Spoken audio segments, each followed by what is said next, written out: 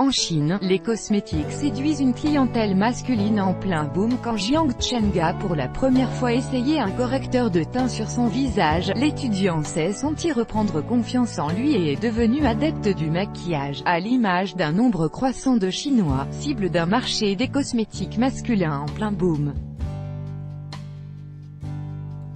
Âgé de 24 ans, il fait désormais partie des centaines de jeunes hommes partageant leurs conseils de beauté sur les réseaux sociaux chinois, tirant profit d'une tendance au décollage fulgurant. J'ai réalisé que c'est en fait très simple de se maquiller, sourit-il, en appliquant doucement un fond de teint sur ses joues.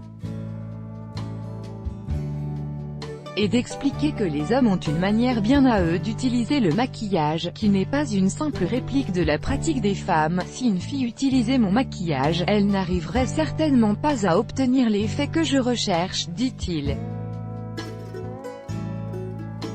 Chaque week-end, dans le confortable studio qu'il s'est lui-même aménagé à Pékin, il passe des heures devant son iPhone à essayer les dernières crèmes et fards pour des centaines de fans qui le regardent en direct. Cette couleur n'est pas si outrancière, on peut la porter même dans un environnement strict, lance Jiang Cheng aux internautes,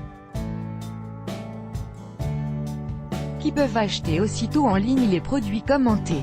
Ces blogueurs experts beauté, qui brouillent la frontière entre divertissement et e-commerce, sont une aubaine pour Alibaba et JD.com, les deux mastodontes chinois de la vente en ligne. Ces groupes les invitent sur leur plateforme pour des présentations vidéo, durant lesquelles les fans sont invités à passer commande.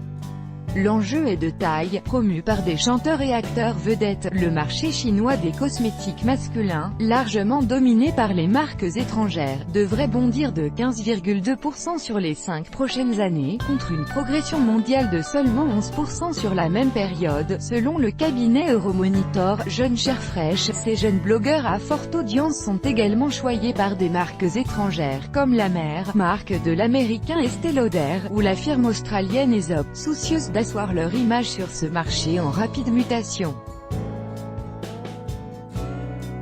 À 27 ans, Lanaoi, connue sous son pseudonyme de Laen Poulan, diffuse en ligne des vidéos soigneusement préparées où il conseille des cosmétiques à ses 1,4 million d'abonnés.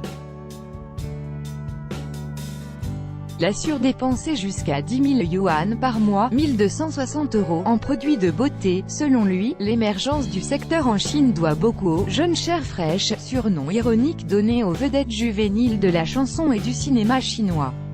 Le visage poupin et imberbe, les traits délicats et les silhouettes graciles de ces stars adolescents tout d'une vingtaine d'années ont envahi l'industrie du divertissement chinois au point de redéfinir pour une partie de la jeunesse les critères de beauté et de masculinité. Nous voyons dans les médias un nombre croissant d'hommes porter du maquillage.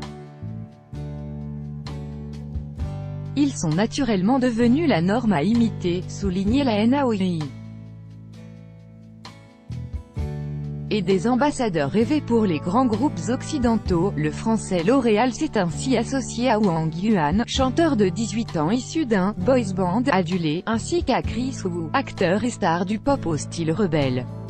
Si la tendance semble s'être bien établie dans les métropoles cosmopolites, les préjugés ont néanmoins la vie dure. Je reçois des messages incendiaires du type « Pourquoi un homme doit-il ressembler à cela?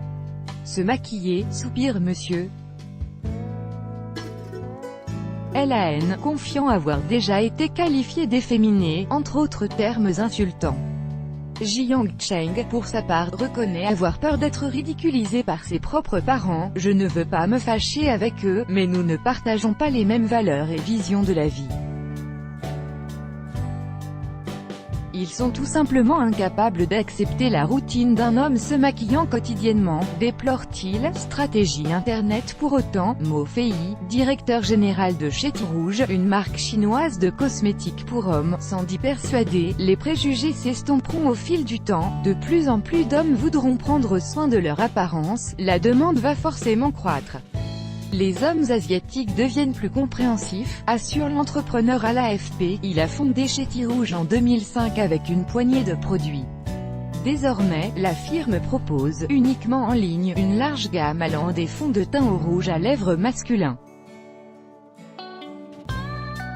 Elle est également présente depuis 3 ans en Thaïlande. Dans cet essor, la vente en ligne joue un rôle crucial, nous avons d'emblée vu le potentiel du marché. Mais pour certains hommes, visiter les boutiques beauté des centres commerciaux peut s'avérer intimidant, le meilleur moyen de les toucher reste l'e-commerce, explique Monsieur. Également pour séduire les internautes, L'Oréal a même coopéré avec le jeu multijoueur League of Legends, très populaire en Asie.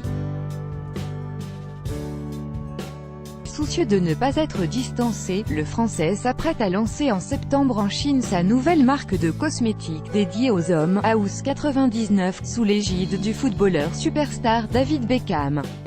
Tout droit de reproduction et de représentation réservé, copyright 2018, Agence France Presse.